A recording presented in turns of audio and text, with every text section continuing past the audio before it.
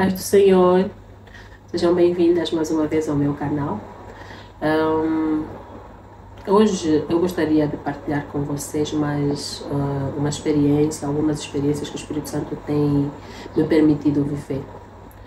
Desde há algum tempo atrás que tem queimado no meu coração a necessidade de restauração das famílias. Sinceramente, nós olhamos para as histórias que ouvimos, os testemunhos que ouvimos e olhamos à nossa volta, nas nossas famílias, nos casamentos muito especificamente, e o que se vê não traz esperança ao nosso coração. Eu creio que vocês vão poder partilhar comigo da mesma opinião. Nós vemos cada vez mais pessoas a desistir de permanecer casados. Nós vemos cada vez mais pessoas, quando não desiste de fato, desiste de trabalhar no seu casamento e de procurar que ele seja a melhor versão que pode ser. E isso tem queimado no meu coração já há algum tempo. Quem é casado, quem vive maritalmente, sabe que existem os seus desafios, mas existe uma razão muito específica para Deus ter estabelecido o casamento do jeito que Ele estabeleceu. E sendo o casal, o homem e a mulher, dentro de um casamento, o fundamento para o início de uma família. É claro que existem famílias que começam de maneira diferente, existem famílias que são estruturadas de maneira diferente. Pronto, elas existem, mas a vontade perfeita e agradável de Deus desde o princípio é que as famílias fossem fundamentadas por um casal casado, debaixo da graça e da misericórdia de Deus. E esse padrão familiar hoje é um dos mais atacados. O padrão familiar, de modo geral, mas o casamento entre um homem e uma mulher, ele é atacado em vários níveis, de várias formas, seja pelas ideologias de gênero, homossexualismo, e que vai dizer que um homem pode casar com um homem, uma mulher pode casar com uma mulher, seja pela ideologia feminista, que vai dizer que o homem e a mulher são iguais em termos de responsabilidade. Somos todos, tanto homem quanto mulher, são herdeiros da glória, da graça de Deus, todos merecemos. Mas em termos de responsabilidades, o Senhor estabeleceu-as de maneira diferente. A mulher é chamada para se submeter e o homem é chamado para amar de forma sacrificial. Mas nestes últimos tempos, cada vez mais nós vemos que não só os papéis têm sido atacados, mas também a razão pela qual as pessoas devem se casar tem sido atacada. É assim que nós vemos muita infidelidade dentro dos casamentos, nós vemos muita manifestação de egoísmo dentro das famílias e claro, começando dentro do casal. E isso tem queimado no meu coração. Então, recentemente, o ano que terminou, eu fui perguntar ao Pai o porquê que as coisas estavam assim. Como é que nós poderíamos experimentar uma realidade diferente?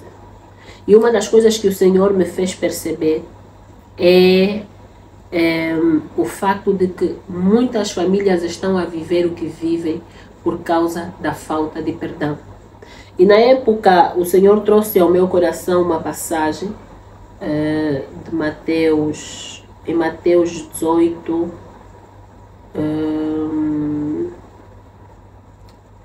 Mateus 18, acho que 30 a 35. Essa é um trecho da parábola do servo que... Não, é um servo que ele devia um valor muito grande ao seu patrão. Mas o seu patrão foi misericordioso com ele e decidiu perdoá-lo. Porém, esse mesmo servo deu a emprestar a um outro servo tinha uma dívida para com ele. E quando ele acabava de ser perdoado, ele vai ao encontro do outro servo que devia-lhe alguma coisa. E ele não mostrou da mesma misericórdia que recebeu do patrão. E é assim que lá para o final do capítulo 18, vai dizer a partir do 31. Vendo, pois, os seus conservos o que acontecia, contristaram-se muito, entristeceram, e foram declarar ao seu senhor tudo o que se passara. Então o seu senhor, chamando-o à sua presença, disse-lhe: servo malvado, perdoei toda aquela dívida porque me suplicaste. Não devias tu igualmente ter compaixão do teu companheiro, como eu também tive misericórdia de ti? E indignado, o Senhor o entregou aos atormentadores, até que pagasse tudo o que lhe devia. Assim vos fará também o meu Pai Celestial, se de coração não perdoardes cada um a seu irmão as suas ofensas. E o que o Espírito Santo me fala que tem acontecido hoje entre os casais? E falo de casais, aqui falo de casais especialmente cristãos, mas não só, porque eu creio que os princípios bíblicos eles podem ser seguidos até quem não é cristão, mas é melhor quando você o faz debaixo do entendimento de que Jesus é o único e suficiente Salvador. Dentro dos casais hoje acontece o seguinte: alguém que falha muito, alguém que comete muitos erros, magoa muito o outro. E eu entendo, quando alguém faz alguma coisa que nos magoa, é doloroso e é difícil perdoar. Mas tal como o Senhor nos perdoou, Ele nos perdoou por todas e qualquer transgressões que nós viéssemos a praticar, que nós praticamos no passado e que viemos a praticar no futuro. O Senhor já nos perdoou. A única coisa que depende de nós pedirmos que Ele nos perdoe. Reconhecemos que falhamos e pedirmos que Ele nos perdoe. Mas Ele nos perdoa. E a dívida que nós tínhamos e temos para aqueles que não são convertidos ainda, que não aceitaram Cristo como único e suficiente Salvador, é necessário perceber que a dívida que nós temos para com Deus é impagável. Nós não temos como pagar o sacrifício que foi feito na cruz, a ressurreição de Cristo, todo esse processo que Jesus passou para que nós pudéssemos ser salvos. Não temos como pagar. A nossa dívida está paga diante de Deus. Mas nós, quando chegamos diante de uma situação em que somos chamadas a perdoar, nós temos dificuldade de o fazer. E é o que acontece hoje em muitos casamentos, em muitos relacionamentos. Eu não estou a dizer que você deve viver num relacionamento abusivo, porque assim a palavra diz, não. Você, dentro de um relacionamento abusivo, você deve afastar-se, especialmente se isso coloca em perigo a sua vida. Mas isso ainda não te retira a responsabilidade de perdoar. Você pode se afastar, mas você ainda é obrigado a perdoar. Você pode decidir não permanecer naquele casamento. Eu particularmente creio que Deus é capaz de restaurar qualquer casamento, porque é isso que a palavra dele diz, que não existem perdidos para Deus. Ele faz todas as coisas cooperarem para o bem daqueles que amam a Deus. Mas quem decidir que não pretende passar por esse processo, precisa entender que mesmo não passando pelo processo, ela precisa perdoar. E dentro das famílias e dos casamentos, isso tem acontecido muito mais frequentemente do que no passado.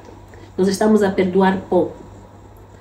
E eu, passando pelas minhas próprias situações, eu e meu marido também temos as nossas situações, nós os dois também precisamos de frequentemente perdoar um ao outro, seja por qualquer coisa que um ou outro tenha feito.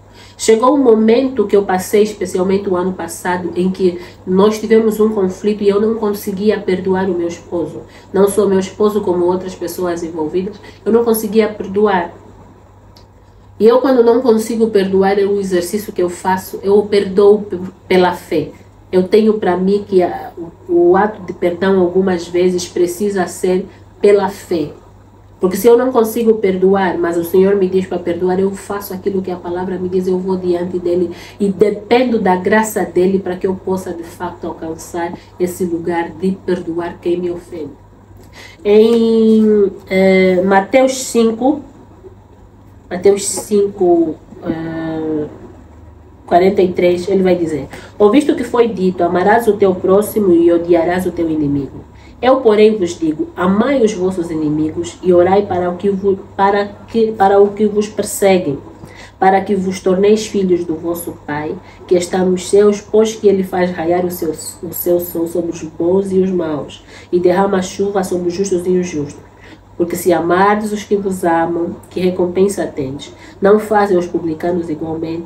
E se saudardes somente os vossos irmãos, que fazeis de notável? Não agem os gentios também dessa forma? Então, o Senhor não faz acepção de pessoas, nós sabemos isso. Existe uma graça específica e existem graças que são gerais para todo mundo. E dentro dessa orientação que o Senhor nos dá, Ele diz, Ele nos manda orar por aqueles que nos fazem algum mal, diz perseguir, né? Diz inimigo, perseguir. E quem faz algum mal, nós também temos que fazer isso. Quando eu particularmente não consigo perdoar assim automaticamente, porque estou muito ofendida, eu vou diante de Deus e eu pratico um ato de fé. Eu declaro, Senhor, eu perdoo o meu próximo por causa de A, B, C ou D. E eu faço com fé de que o Senhor vai me dar graças para que eu de facto possa perdoá-lo. Eu faço como se fosse um ato de fé. E oro por essa pessoa. Né? Porque todos nós precisamos dessa graça, dessa misericórdia da parte de Deus. Então eu apresento a pessoa a Deus, eu vou pedindo ao Pai que visite o coração dele ou dela e lhe ajude a chegar a um lugar onde ele possa entender que a atitude que teve é errada. Porque se não o fizermos, aqui nessa passagem em Mateus 18, ele vai dizer...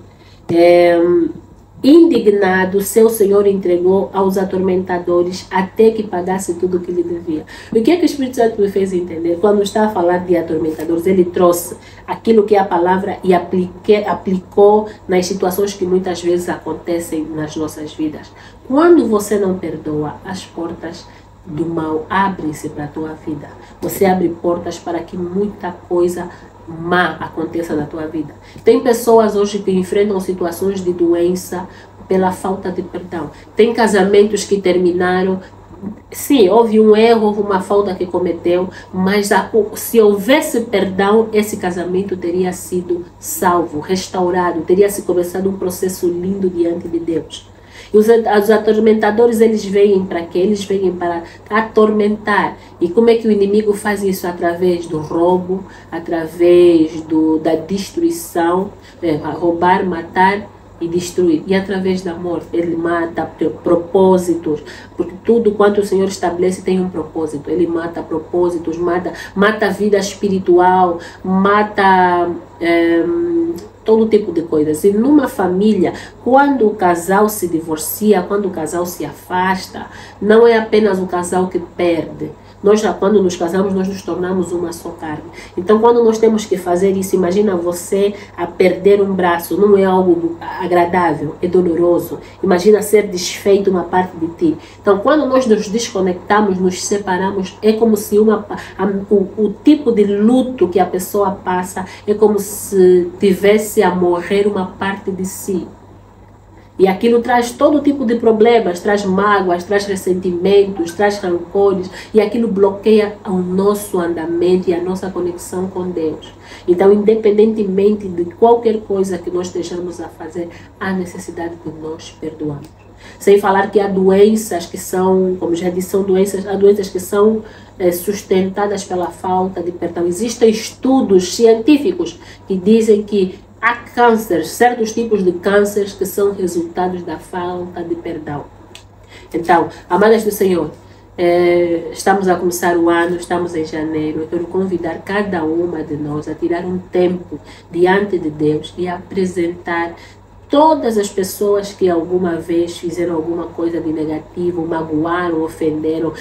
De modo especial, apresente o seu cônjuge, apresente o seu noivo, o seu parceiro, o seu esposo diante de Deus e venha em ato de fé, por mais doloroso que seja, venha em ato de fé, declarar: Senhor, eu perdoo essa pessoa, mas eu venho diante do teu altar buscar graça para que eu possa de fato perdoar. Amém? Eu espero que essa palavra chegue ao coração de quem realmente necessita e que o coração de cada mulher que for ouvir esteja quebrantado para ouvir a palavra do Senhor. Quem quiser pode deixar o seu comentário, o seu testemunho, a sua experiência, o quão difícil ou quão fácil tem sido perdoar. Que o Senhor abençoe cada uma de nós e que a graça esteja sempre conosco. Amém.